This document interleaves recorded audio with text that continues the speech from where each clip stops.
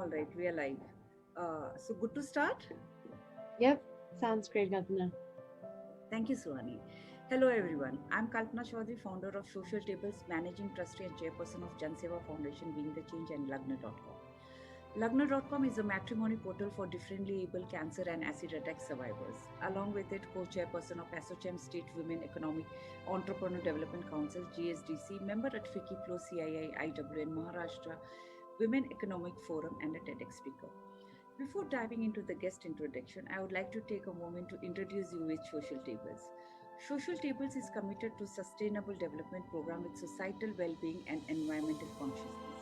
Every week we bring out to you some of the brightest minds from the diverse sector to discuss over a few significant ongoing issues. In this week's speaker series, we have our guest Miss Suhani Jalota. Suhani Jalota is the founder and CEO of Minor Myela Foundation, an organization working on women's health in slum communities in India. She is currently a Knight Hennessy Scholar pursuing her MBA and PhD in Health Policy and Economic at Stanford University. For the last 8 years, she has been working in urban slum area and rural communities on projects ranging from adolescent girl health, water and sanitation to social protection policies in South Africa, Thailand, and several cities in India. She was involved in sanitation evolution project with IDinsight, UNICEF, and Department of Education in the Philippines. She holds a Bachelor of Science in the Economic and Global Health from Duke University. She is a Forbes Asia Under 30 recipient 2018, Asia 21 Leader 2019, Young Achievers Mother Teresa Memorial Award 2018, and Queen's Young Leader 2017. A warm welcome to you on our today's speaker series, Suhani. Thank you so much, Kalpana. Thanks so much also for the really kind introduction. It's utmost pleasure to have you here with us today. So, in today's discussion, we are going to discuss about breaking taboos and empowering women. So, what incident or event made or influenced you to set up this Mahila Foundation? Yeah, I think it's been a long journey in the making. So it was when I was first 15 years old, I first met the women who then changed my life. And these are the women with whom we started the organization many years later. Hmm. But in 2010 and 2011, when I first met these women, the Hmm. conversations that we would have in the slums was like sort of really appalling. And we would go door to door, actually visiting various women in various slum communities in the city of Mumbai. We would be visiting public toilets and trying to understand how women use them and how they felt sort of even sexually and mentally harassed while walking on the way to a public toilet. Men would count the number of times they were going to toilets just to harass them.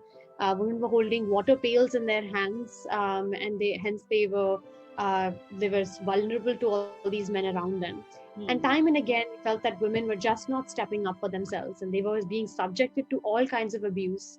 True. And they just didn't feel like they had the power, the courage, or the ability, or even the strength of community to be able to stand up for them. And so they felt very alone in this. As a 15-year-old, when you see this, either you completely lose sense of like, what is this world all about? I mean, the world that I have seen and the world that I've grown up in is extremely different from this. And I actually would come home. I remember, bawling every single day for like 2 or 3 hours, being like, what is happening and how are women even accepting of this norm? And they're not even finding that there's something wrong with this. This is just how things are. Hmm. But there's something fundamentally wrong because this is, you have much more rights than you think that you have. True. So it was, I think, this like constant over the years build up and understanding that something had to change in these women's lives where they had to fundamentally believe a different norm. Hmm. Was really what has triggered us to work on a topic where women can stand up for themselves. We've had to find though how we can tangibly work on this topic because the topic of women empowerment is very vague, it's very Yes. broad, it's Yes. huge, and it can also mean nothing. Yes. And so we wanted to make sure that we were not talking about this hawa mein, and that the women really understood कि हम लोग क्या बात कर रहे हैं. What do we mean by when we say कि आपको we want to help you stand on your own Yes. two feet. Yes. And that's sort of like the basis and the genesis of Menna. Menna, the bird, it's named after the bird that speaks a lot. So people would often call me Tota Menna, कि सुहानी तुम तोता मैना की तरह बात करती हो. You speak a lot. And I was like, yes, well, actually, every woman should be talking like a Myna bird and should be talking a lot about the issues they're most afraid to discuss aloud. So let's start with your Mahina. If you're shy to talk about your Mahina, which is your period, you should be willing to talk about your Mahina like a Myna bird. So talk a lot about it. There's no hiding it at all and no hiding anything about your body. So that's why we're called Myna as well. Oh, that's so inspiring. And I never even thought about it. Myna, a tota bird. Myna is that monthly period what we get. And Myna, of course, you Exactly. talk a lot. Yes, yes, Such a exactly. wonderful What's that? combination. And as you said, we need to talk about it. We need to be vocal about it and we need to aware about it. And until you don't talk, action doesn't happen. Yes. Really inspiring. And thank you so much for doing the amazing work what you have been doing it. Well, so what were your expectation when you started this whole organization? Oh my God, expectations. Yeah. So actually we never intended it to be an organization when we Mm, started. mm, I was still pretty young, and I didn't think that, we were just working hands on the ground with women, where somebody essentially came to us and was like, we've seen that you guys have big ideas and want to change things. mm, We would like to help you support, like we would like to support you in changing those things. Can we give you some money to do this change?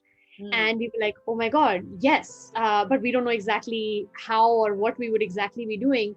mm. But that's how we sort of had to receive the money. We had to open a bank account. To open the bank account, we needed to register formally as an organization. Yes. So sort of when we created the organization, the goal was very much to run it as a movement, that what Mm, we want to be doing is shifting health behavior, and we want to be shifting people's mindsets, whether that's done through the organization, whether that's done through a movement, through a march, through a parade, through a campaign. However it is done, we want to make sure that the health behavior is somehow changed. Now that takes time. So we knew that that's not a band-aid solution कि एक बार में एक लड़की को मिल करके उससे एक बार में बात करके कुछ भी नहीं होने वाला I है. know. So we have to be talking to her again and again. We have to be convincing her family. We have to be getting her brother and her father involved. We Mm, have to be getting her friends to be accepting of this as well. mm, So as part of all of that, I think our goal has truly always been that we want women to be confident. We want to grow the next generation of women leaders from urban slum communities in mass, and we want to make sure that the norm and the standard that women abide by is much higher. We want women to not be at this negative 15 mark in the racetrack. We want them to be at par at like 0 meters, along with men and boys and other women in other socioeconomic classes, so that they all have access to equal opportunity at least. And then it's up to them what they do with it. We're not going to be feeding them the food. We're just going to be giving them the equal opportunity that they all deserve. But I think it's been quite challenging to just get there, but that's the expectation. I think the expectation is that we want women to have basic opportunity, and then they can take it from there. it's very important to have a equal opportunity because that's our rights and continuous effort as you have been doing it will definitely lead to your expectations as well. So how do you manage your time pursuing a PhD at Stanford and managing the organization all the way from Stanford? It must be difficult, with comes with a lot of challenges. What? 100%, 100%. But from the beginning, actually, I started MENA along with other slum leaders when I was in college. So Hmm. I was already in the US. I came Hmm. back to India for 4 months. We went from ideation to sales. Within those 4 months, we set up a manufacturing unit, and we had an office. We had the first 6 employees and everything. And then I actually came back to the US. And I was in the US for the next 9 months, only going back to India for 5 weeks in between. And then I moved back for another year or so to India, but I was living in Delhi and other Hmm. places. So I think for majority of the last 5 years that MENA has been in existence, for about 3 of those years, I have been remote. And so the organization has been running on its own, and which is the very beauty of it. I have never intended MENA to be a founder driven and founder only organization. It is supposed to be an organization that is grassroots led and for the women in the slums, and for them to come out of all of their shells. So we want them to run the organization, and we want the organization to be entirely self-sustainable. So I think in a way, this has actually really helped, that the fact that I've been remote, so that the next generation of leadership in the organization has automatically had to form for us to even function. At the same time, I have to be involved as well. not necessarily in daily operations, because we have an excellent team on the ground managing that. But mainly when we're thinking about strategy, growth, and fundraising is where my involvement has been more heavy now. And I think it's leaning more and more towards scale over the next 5 years. So that's how I try to balance out how much work and how many hours I'm trying to put in is mainly just towards things that I think that right now the rest of the organization is not yet fully equipped to do on their own. But if there's anything that I'm doing that they can do, I very much make sure that the team is doing it, because that's how we're going to be sustainable. As far as for managing the PhD along with it, I think a lot of my research reinforces the learnings and the kinds of interventions that ultimately MENA can take up in the future. So it's really thinking about what is the next 10, 15, 20 years going to look like for women all over the world, particularly in places like India as well, and for low-income communities. And if we have to think about the future of jobs, the future of skilling, the future of health for them, I think a lot of these insights only come from very rigorous thinking and research and evaluation, which we don't get by just necessarily working hands-on in the field. So I think there are very different skill sets and very different toolkits. And I think having both are very important right now when we're thinking about the future of an organization like MENA. So I think that while it's challenging, I understand that there are merits to both of them. And then the MBA is really helpful for the business aspect of it, which I know very little about. I've been a very much non-profit, social worker type of a mentality. But I realized that bringing in the business ethics and the business acumen and running the organization like a full-fledged for-profit company is extremely essential for us to meet our results with our beneficiaries. So I think that they all reinforce each other. It's very challenging. I'm not able to give justice to any item, I think. Like I'm not able to, if I was working full-time on MENA, I think that I would have been able to do a much better job at MENA. And I think that people in the organization would have been a lot more equipped as well. But there are some trade-offs to be made here and there. And I think that that's what I've had to become okay with over time. That's flawless. Time management skills. Wow. So time is of value, and you're making great use of it from there. But then, yes, as we spoke about it, it comes with a lot of challenges and facts. So, what are the challenges that you faced? In terms of, I mean, if you could just explain us with some kind of examples apart, because you're over there at Stanford, you're making a sustainable project here in India because you wanted to make our women self-sufficient to manage it. So, how do you communicate? How do you take this whole initiative forward? Yeah, I mean, That it must be very difficult over here, right? Yeah. Yeah. Yes, it is. The world is becoming smaller though. So technology is a huge boon, and thank God for WhatsApp, Thank God. for video calling. So when you're talking about what are the means of communication, actually we actually have multiple levels of communication in the organization right now, and I can go into specifics. So we use WhatsApp for any sort of urgent messaging, communication, calls, and so on. We use WhatsApp for a lot of those urgent communications. But for more regular, systematic workplace communication, we use Slack, which is a very popular software, I think, in the United States, but also we're I think increasingly so in larger companies in India. But we've incorporated that at a smaller organization like MENA as well, because we want to build the systematic base. And through that, we get to have like systematic conversations across different functional teams in the organization in their own channels on Slack, the way it's functioned. The way it's set up. And then we use email for more detailed sort of information and documents and files to be sent to one another. We also use Asana, which is a separate tracker for tasks. And that's how we maintain our objectives and key results every month in the organization. And so every person is assigned their tasks, and they have a result that's associated with their work. And we actually have daily stand-ups. So every single day, the managers in the organization take an update of what everyone is doing. And everyone has to be on this call for 20 minutes every morning. Every week, we have a weekly meeting that the entire team has together, which I'm involved in. That happens for me every Friday night, which is every Saturday morning India time for 3 hours. And then every week, every manager has a separate meeting, a check-in with each of their people that they're managing. And in addition to this, we have these monthly like goals and objectives that you're maintaining. So I think we've tried as much as we can to make the organization data driven. That said, like a lot of this is perfect in theory, and in practice, it's still very new, and we're still adapting to it, and we're still becoming used to this kind of a model in the organization. And it's very different from the traditional Indian work culture, very, very different.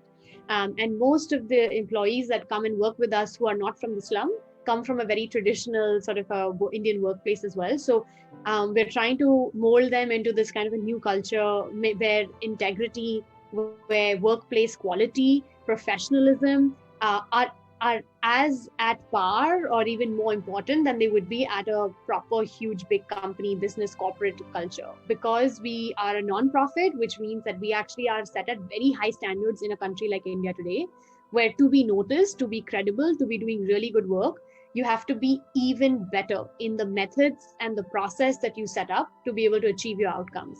So for us, that process is extremely important. So I think, and that also because if we do things on these technological platforms and we maintain the data and recordings of everything that we are doing, it makes it easier for us to remotely manage as well. So right now during COVID, it's so much easier actually for us and for all them, because our entire team is remote. Our production, our field team is on the ground still. They're still going to office every day, but our management team is entirely remote right now. So they're all working from their own homes, and these daily stand-ups are working out very well. We have these weekly check-ins working out very well, just because we are now doing things in a way that consistently we can keep track and see how people are doing and make sure that there's better accountability for every single person in the organization. Phenomenal, Suhani. I mean, imagine, being there. I mean, so if you really want to do some good work, distance don't matter. There are many ways, thanks to technology, and you're managing. You have literally explained the management, so beautifully. And I'm sure there are a lot of women who need some kind of ideas. You have given them to and explained it very well, in fact. So it will be very easy even for those people who don't know how to start and go about. Yes. So Yeah. tell me one thing. How did your organization adapt during the lockdown and the pandemic period? Yeah, so we actually, because we're located in the Govandi slums, where a lot of even the government services and the personnel, including the police officers, were finding it very difficult to actually convince people to wear face masks, to use hand sanitizers, to maintain social distancing. These are areas actually where public toilets is the norm, public taps is the norm. So Hmm. we realized that we have a very clear responsibility here, because we already are working with thousands of women and their families in these communities. So we quickly actually adapted and we changed our programming from doing in person. We would do group sessions on awareness and education around menstrual hygiene and women's health. We couldn't do that, of course, anymore. So instead, we launched an 8-point plan around COVID. And Hmm. this 8-point plan, essentially, I can count as many as I remember. So Yeah. the first is we've started providing ration and sanitary relief. So this was in tandem. So we were actually serving our own women who come from these communities, were serving people about their basic needs and what they really required. And it seemed that what was really, really urgent right now was a lot of sanitary relief and a lot of ration relief. And we started providing these to about 60,000 people, over the days and in the initial few months. We then at 2 we started to manufacture face masks Hmm. ourselves and provide them door to door to people that did not have access to these face masks, and also to policemen and policewomen and to traffic policemen and women in our ME SWAT area, where we saw that they had no access to these In face masks Delhi? In in Delhi? Mumbai. In Oh, Mumbai. okay. In Hmm. Mumbai, yeah. So most of our work is happening in Mumbai, In right? Mumbai. Yeah. So all ME SWAT area in Mumbai. So here we already had a lot of stitching machines that we were using as part of one of our projects for Menna Boutique. We repurposed them to make face masks.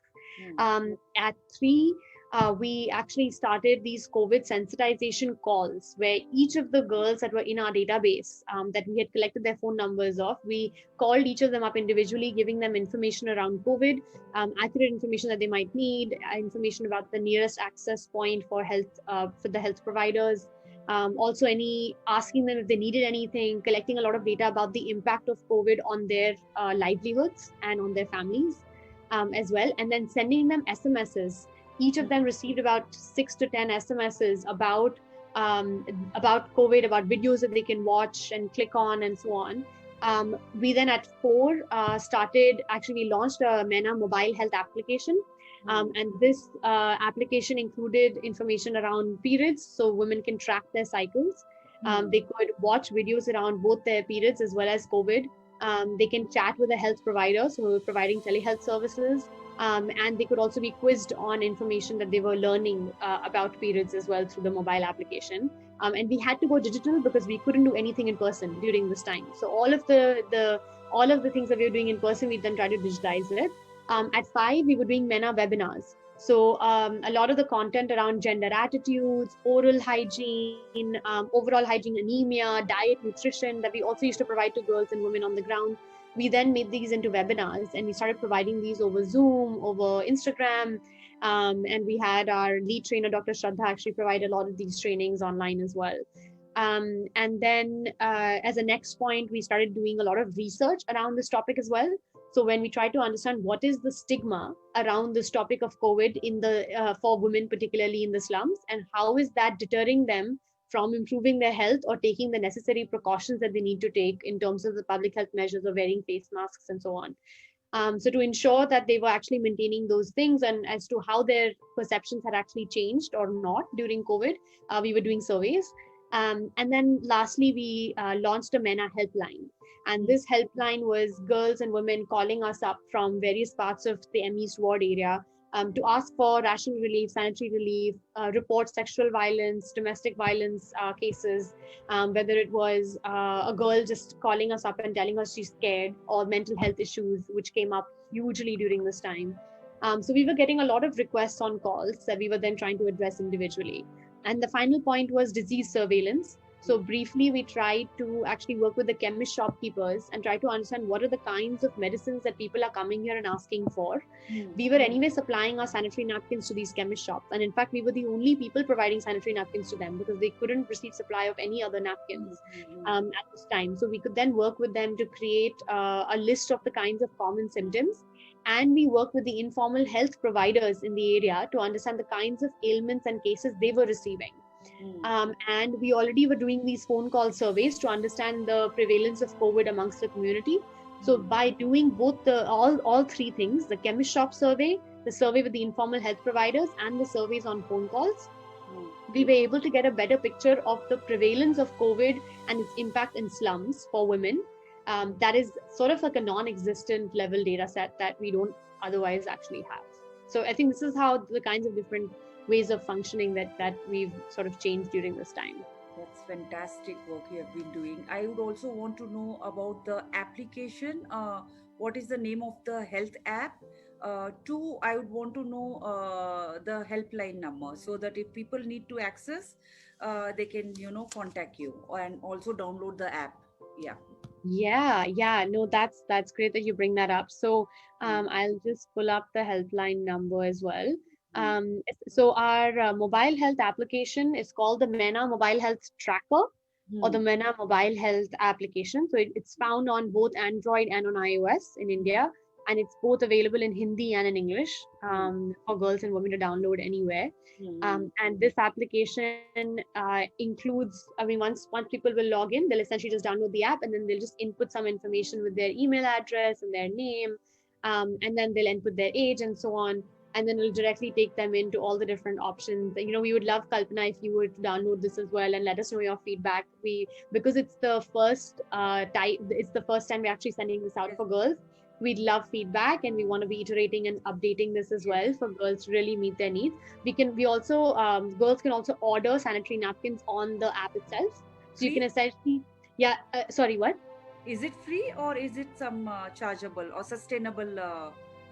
No, so it's like a regular e-commerce platform. So essentially, you just go on it and you can order the pads on there for delivery. But yeah, these are charged. For free girls, we have a separate program called Sponsor a Girl, which is for particularly vulnerable girls that we induct, and we give them a free kit for menstrual supplies for the whole year. What is the brand you're selling it for? It's Myna, Myna. So named after the organization. The Myna app, the Myna sanitary napkins, and the helpline number I'm looking forward for. So the helpline number is, should I just say it? I can say it. Yes, so it's 93261 27527. 93261 27527. 27527. All right. So we'll be posting it as well. Yeah, that Yes, sounds great. yes. And I'll definitely take the link, to share, and people can download the app as well. Yeah. So, what did it mean for women in vulnerable and marginalized communities? Sorry. So what means for them? So, when we have been talking about this sanitary napkins and This menstrual hygiene, yeah, menstrual hygiene. So, what did it mean for the women from who are most vulnerable and marginalized communities? How did it impact them? so around COVID particularly. So, so in general, I think menstrual hygiene or menstrual health periods are not to be spoken about, right? This is a taboo topic, I think, across the socioeconomic classes. Where it becomes worse for the low income communities is the implications of not being able to manage it. So if they can't speak up about it, they can't manage it because they either can't purchase the products, they feel too shy to use them at home, and they feel too shy to throw them away from home. So they try to use these old rags and cloth and somehow try to make do, which becomes hugely problematic. But if women do find themselves at home alone sometimes, they might feel it's more comfortable for them to change their sanitary napkin or change their cloth. Now, at a time around COVID, when no one is leaving their houses and everyone is trapped at home, they find it even more concerning to be able to change their pads or even go out and purchase these products, because now nothing is private anymore. And this is a very private topic for a girl. So if you can't maintain your privacy, it starts to then mean that you're becoming more and more shelled up. So actually, we found that girls were less able to access sanitary products during this time. Also, a lot of the conventional brands were not even available in the market because they couldn't reach the chemist shops in these slums where normally these girls procure these products from. Anyway, so there was a lack of supply, there was a lack of demand because the girls were just too shy to open up about this. And they would either have to go themselves, or other people in the family would easily find out, much more than before. If they could even hide it, now they couldn't hide it. Mental health also became a really big issue around this time. I think that has complicated physical health, like if women taking care of their physical health also a lot. Because I think women have become, I mean, they are they're bearing all of the responsibility for children, for the household, for work, for everything, and the additional responsibility of the drunk husband at home now, drinking all the time rather than spending a few hours outside giving her some peace of mind. Now she has no peace of mind. Now she's trapped and stuck with him for 24 hours in like every day of the week. So when it's playing like that in your mind, I think women just anyway tend to deprioritize themselves and deprioritize their health. And that happened even more so now during this COVID time, when others were all at home and they were more prioritized and they were more of a responsibility. So I think in so many ways, women have fallen even further behind in terms of prioritization of health, in terms of their status in the household even. And so there's, I think we now have an even longer way to go to get to that zero level mark where you're at par with other people, because women have fallen even further behind. Absolutely, absolutely. So, how is the current scenario changing in India in terms of women's health and priorities? What is your organization role in bringing about a change in this space?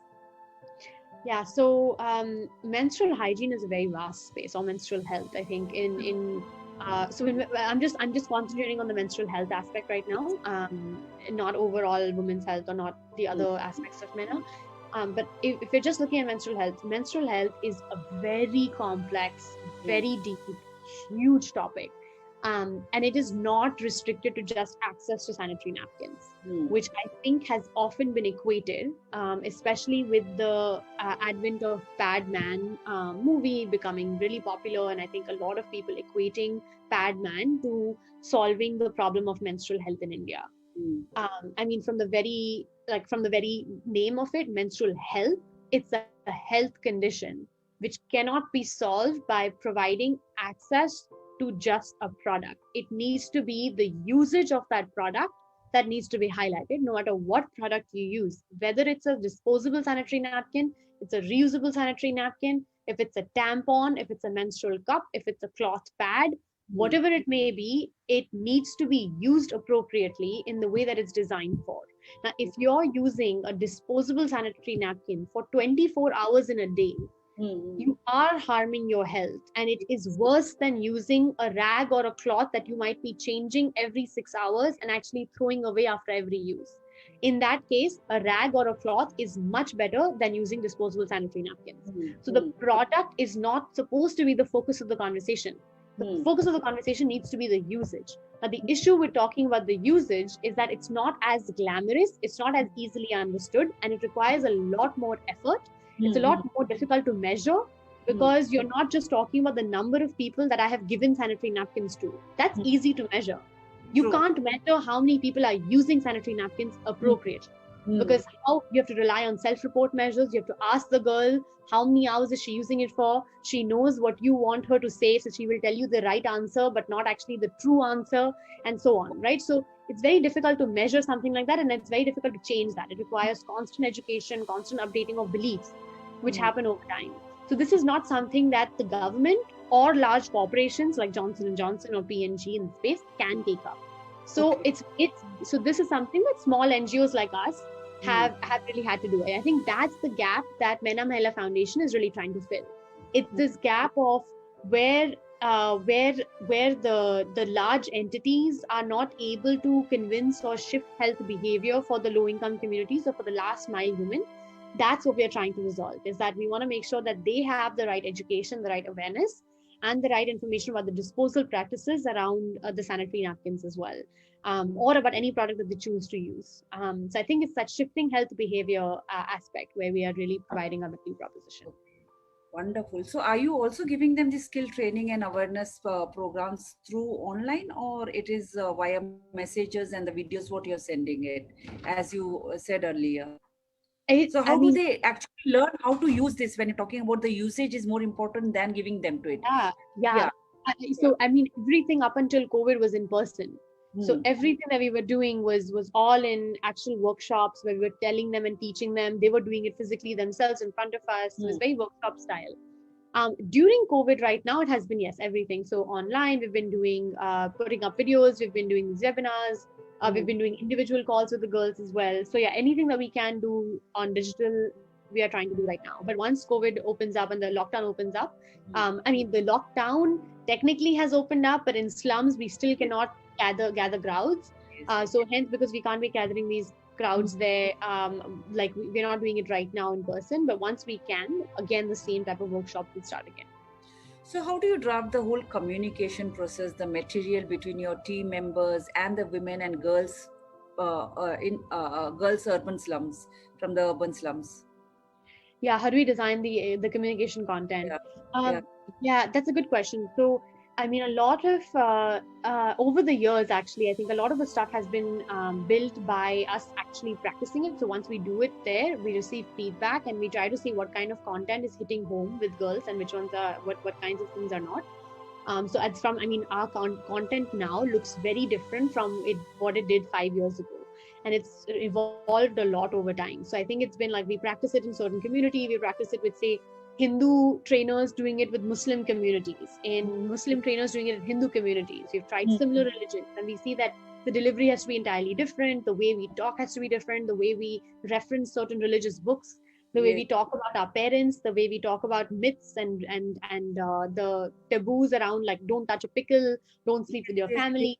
All these things are very culture specific. All these things, like, so we have provided this in rural areas in Maharashtra as well. We've provided this in Delhi. We've provided this in Mysore and some parts of Odisha and Assam and other places. And we find that our experience is very different in each place. So our content and communication really differs and is tailored by different types of communities. But at the same time, we've had some very standard components that I think we've now learned over time. Just they're very effective. And they have to stay. And every single session that we do, we will maintain some of those elements. We have a doctor on board, Dr. Shraddha, who curates all of the content as well. So anytime there's, like, say, new content being released, new examples available online, new best practices, we try to inculcate and use that as well. We're actually now trying to work with the Menstrual Health Hub. That's essentially a resource hub for menstrual health organizations around the world. Yes. and they provide training resources for organizations everywhere that are more standardized.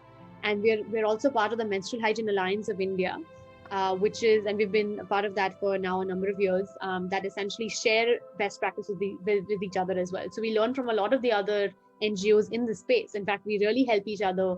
And like, what worked in schools, what worked in communities, what worked when talking to boys and men, and what worked when talking to younger girls.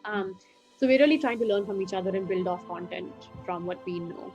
But that's a great way to keep in touch with people. Technology has indeed helped us a lot in evolving and keeping in touch with people. So incredible. And so tell me one thing, how do you plan to normalize the period talk in our society? As we've been, there's a lot of stigma. Yeah, exactly. I think at different levels. So I'll take an example. So in Mena's case, we wanted women to understand that this is not a topic that you need to shy away from. So first, you need to understand that you are not impure, that you are perfectly pure, you're perfectly auspicious during the time in your periods. So first, you need to love yourself during that time, and you cannot think of yourself as a dirty being, which so many women were disgusted with themselves during their periods. So that has to go away. Once that goes away, you still have hesitation in talking about this in front of others. And even to change that, we have to then normalize it. And that's, I think, what the level at which you're talking about as well. So what we've tried to do at MENA is, over the years, in fact, even when you don't talk about pads directly, but pads are bringing income at home. Inadvertently, men who have never cared about pads in their lives now start talking about it, because they're like, oh my God, I mean, this brings money. So what does your wife do? My wife works in a sanitary pad organization. Like, he says that openly. Why? Because it's now earning them income at home. So actually, more than any of our, I think, education awareness sessions, just this money aspect, I think, has broken the taboo first. That's one. Two is having an only women workspace where women are not having to judge themselves, or they're not afraid of what others might perceive them to be like. And we have a very open culture where everyone discusses when their periods have come. So, and now that we have all worked in the same place and we're all working at the same times, the pheromones have synced. So we all get our periods at the same time. So at MENA, this is a very open discussion. So once you start seeing this around you all the time, that becomes your new world. And once that becomes your new world, you might accidentally start talking about this at home, accidentally. And then you realize, oh shit, what have I done? But you've already done it. And now that you've already done it once, you are more willing to do it a second time, and then a third time. And then it becomes normal. And that's really what we are going for, is that we're not telling you go at home and talk about this issue, but we are making it such that the environment builds around it and that you will inadvertently end up doing it.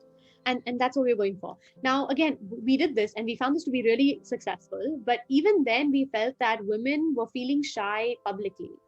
And so to break that taboo, we launched the PAD Parade. And the PAD Parade is essentially exactly what it sounds. It's a parade of women from slums. Many of them are Sponsor a Girl beneficiaries and their families, all of our staff, and even their husbands. Everyone gets together, and on microphones, everyone is screaming, period blood is not bad blood. And nobody is wearing a burqa. They're all like, if somebody wants to hide their face, they have these posters. Sometimes they put in front of their faces to hide. But then ultimately, all women have shown their faces in front of everybody. They're doing this march in their own communities. They're walking a kilometer distance and just screaming all of this. And the women get this level of excitement and freedom that they've actually never seen, that somebody's given them a mic to just say whatever they want. When so many women join together. Exactly. And when other men in that crowd are also actually very much like pro this and are for this, and once you see that, you're like, oh my God, there's something wrong with my man. Why is he also not here? And that level of realization, once they get, then there's no stopping women. It's just that level of realization. So I think we've tried at different levels, but it really comes from us understanding how any of us work, right? We don't want to be told what to do, but we want to feel like we have the power and we have made our own decision to do it. And once we have it, there's no stopping. That sounds like a plan. And I think it's necessary to talk about periods for awareness, and you're doing it so gracefully. When all the women are coming out and, fighting it for their own rights. It does, empower other women around to come and take up this cause and break the stigma around. Well, so now, very lastly, what is the next for the organization in terms of like, is it a pledge a period or mission to million women? क्या है क्या अभी आप आगे क्या करोगे? You've listed out exactly. I mean, part of this. So pledge a period is actually part of this 2 million mission. So हाँ. our goal for the next 5 years in the organization is to reach 2 million women to improve their access to health and hygiene products, as well as shifting their behavior. So very much exactly where we started, but now we just have a more quantitative goal. This is under Menna Health. So we actually have Minor Myela Foundation divided into 3 separate verticals. One is Menna Health, second is Menna Employ, and third is Menna Research. Under Menna Health, we have our mission of 2 million women to be reached. Under Menna Employ, our vision is to reach 1 lakh women over the next 5 years to either provide them direct employment or employability skills to be employed in a slum-based business or in a business nearby. Under Menna Research, we are trying to conduct activities and pilot programs that could be entirely audacious, completely new experimental programs that we're trying to see whether these could shift how women can earn much more money, or providing entrepreneurial opportunities for women, startup programs. It could be like completely new, like health clinics or something that we haven't actually been able to experiment with. We're doing that under research. Sorry? Even self-help groups, you're doing it? So self-help groups is just essentially a collective of women that are coming together and working to do things. And so we actually started off working with so for the last 10 years, I've been working with self-help groups. Okay.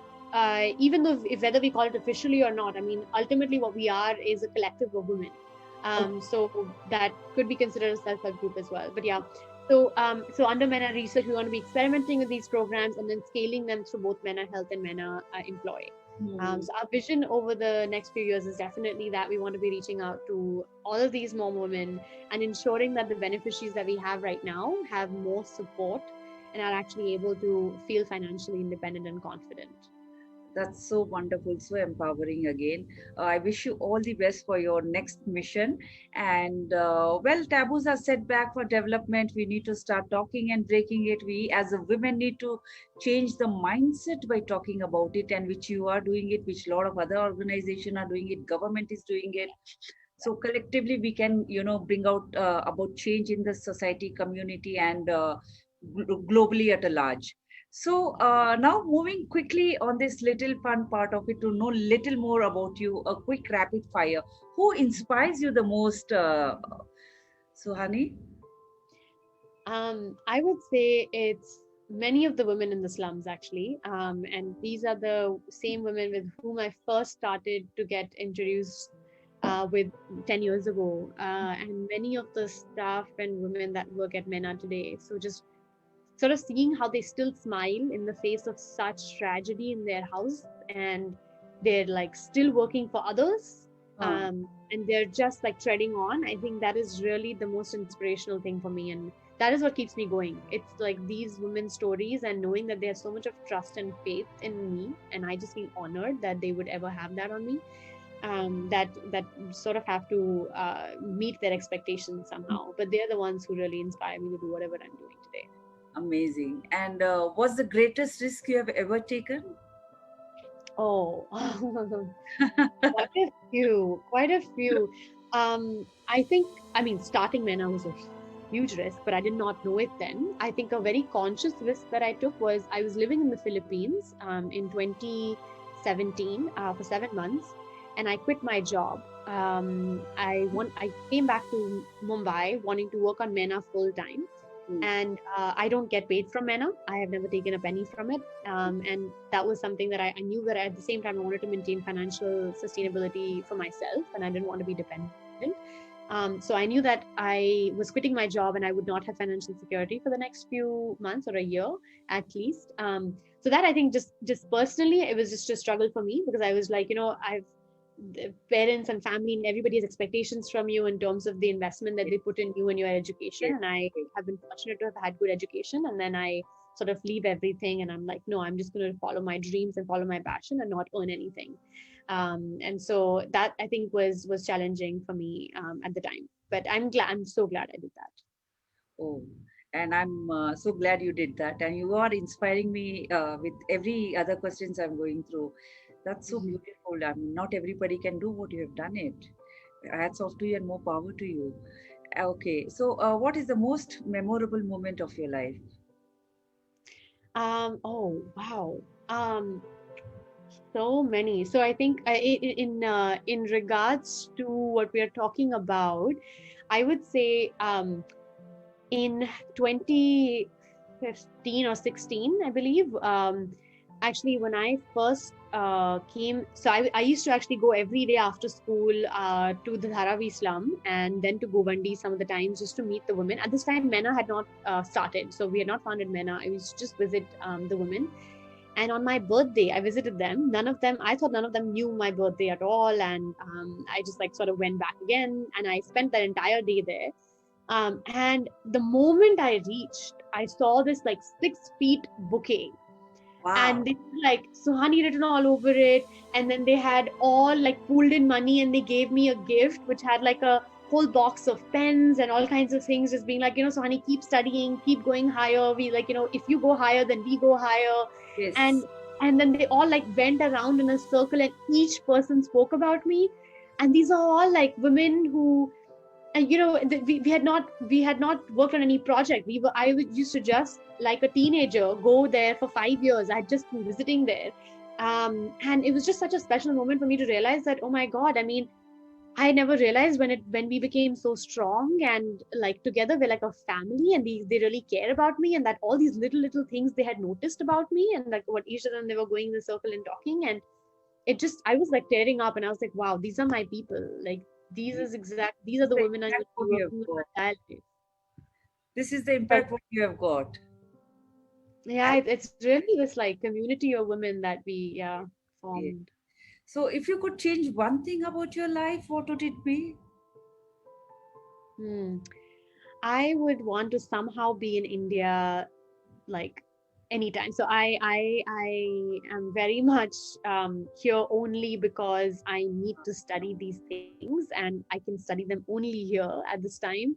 And that's the only reason I'm in the US. So I would, if I had to change anything, I would be in India any day right And now. place where would you love being the most? Any place where you would love being the most? I would love being the most. Um, I would love being in, this is like a future MENA campus Okay. that we want to build, which is like a training center for the next generation of women leaders from slums. And that would be like, if you think about the Oprah Winfrey Leadership Academy in South Africa, sort Yes. of like that for Indian girls. That would be like a dream place. I would live there. I would teach there. I would mentor the girls, and like I think that's where we would form a community, would bring in world class experts to build that place. And Fingers crossed. Yes, yes, yes, yes, yes. And you have any favorite hobby? I love swimming. Okay. I go swimming a lot. Swim like, yeah, 3 to 5 times a week and stuff. So I think that's what keeps me really grounded and peaceful and calm. Okay. Yeah. And the very last question: if you were to be the prime minister for a day, what is the first thing you would do? Hmm. I would increase our health budget by at least 5 times. Sanction a lot more public infrastructure around secondary and tertiary care around healthcare, and ensure that we have women's clinics set up. And this sounds like a lot of things to actually be able to do in any one day.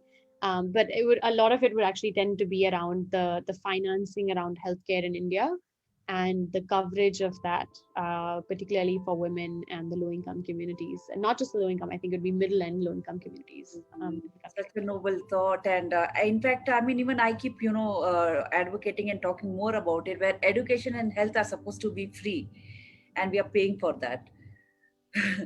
Oh yeah. Yeah. Yeah, and I mean, we are only spending 1% of our GDP on health. Health. So we need to be spending at least 5 or 6%. So yeah, we're a very, very little. Well, so before we conclude, a few word of wisdom or an advice you would like to give to our audience, or you would want to leave a message, something out here? Yeah, I mean, I don't know if I'm qualified to give much wisdom. I still feel really young, but I think that in general, if there are young people trying to start their own organizations, have their own ideas, and are feeling like they don't know if it's the right time for them to go on with it, they don't know if they have the funds, they have the right mentors, it's the right time or not. um, don't hold yourself back. If you are convinced that your idea or the problem that you're trying to solve is truly really big and what you're trying to do could really change things for even one person or for enough people, just go for it. You will learn way more while doing it than when thinking about whether it will work or not. Because for sure then it will not be working because you're not working on it, and by the time you actually think about doing it, maybe the passion has passed, maybe start thinking about new ideas, and then that level of urgency is lost for that issue and that problem. And try to form a difference. I think COVID has really highlighted that a lot of people pounce on very urgent problems rather than important problems. So let's not look at just the surface level problems. So it makes sense to give people, hungry people, food, but giving hungry people food is going to keep them hungry tomorrow. It's going to keep them hungry day after tomorrow. So True. it's a very feel good thing. Yes, give them food. Yes, teach them today, but they need to be taught tomorrow. Somebody needs to be doing these things every single day. So let's think about the root cause of the problems that Mm, don't seem as urgent. mm. Like solving the issue of poverty seems too daunting, too big, too helpless. But Yes. that's a challenge. And young people are equipped today with really big degrees, fancy degrees, lots of skills to be able to actually resolve such topics. But unfortunately, we lose a lot of this talent to big money making This, industrial yes, organizations, and yes. we lose them for the very, very complex challenges of the world. So I'd really encourage young people to take these challenges very seriously and don't discount them as social work. Because in fact, you'll find once you actually start working on them that they're not as simple as you think they may be. Okay, I've just received one message from WhatsApp, and there's this lady called Priyanka who wants to understand how did you manage to convince your parents when you're talking about leaving a job? You have gone all the way to Stanford. That takes a lot of money for you to invest in your education, and every parents have a dream that मेरी बेटी वहाँ जाके कुछ बहुत अच्छा कमा के India में आएगी, or maybe if she's settling over there or getting married or whatever. So how did you leave everything? How did you convince them? And how did you do the whole organization in such a beautiful way? Yeah. I think I've been fortunate here in many ways. So my parents are always giving me the free reins to do whatever I wanted. I think my mom had experienced initially, like she was always very rebellious and she wanted to make sure that the way she was contained in her dreams in Lucknow, because that's where she grew up and that's where she's from, that I was never contained like that. So I think they were always like, if you want to study this, study this. You don't want to study this, study something else. You go ahead and do that. And I think they were very free with that. So that's one really really positive thing. I think two was yes. I think when I wanted to quit my job, this was definitely a point of concern in the family. Hmm. But my education, everything is on scholarship, so I'm actually not paying for anything, not even my flight tickets. So I think like in that sense it's been something that has protected us. So if I was funding my education, then I think it would be a much Yes. much bigger deal. But fortunately, so I was convinced that I would only go abroad and study if I was getting it on a full scholarship, and that my parents would not have to pay for anything at all. And that is the only way I can justify also right now doing what I'm doing here. And I want to make sure that my return on investment is high enough. So I'm not really paying anything here either. So I think in various ways, it's just been a very fortunate situation. And I Hmm. understand it's quite Good. privilege. Yes, Yeah. yes. Yeah. And any message you would want to give to our organization, Social Tables? Keep doing the amazing work you're doing. Keep having these conversations. Keep changing these gender norms and dynamics. It's really great to see you, Kalpana, like really holding the torch. And I'm glad that you're such an important figure in this space as well, and you're inspiring so many other young minds. So just like thanks so much for all the work that you're doing. Thank you so much.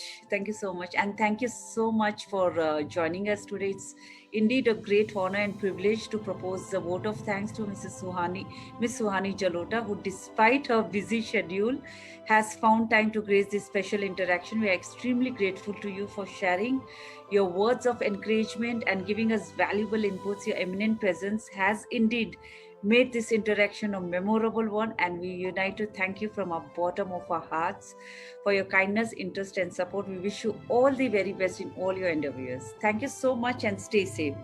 Thank you so much, And I Kalpana. so look forward to see you when you're in Bombay. Yes, yes. I will be probably in November, hopefully, if things Yes. don't go crazy. Looking forward to it. Yes. We'll definitely catch up. There's so much to do. Take care. Yeah. Thanks, Kalpana. Bye. Bye, Suhani.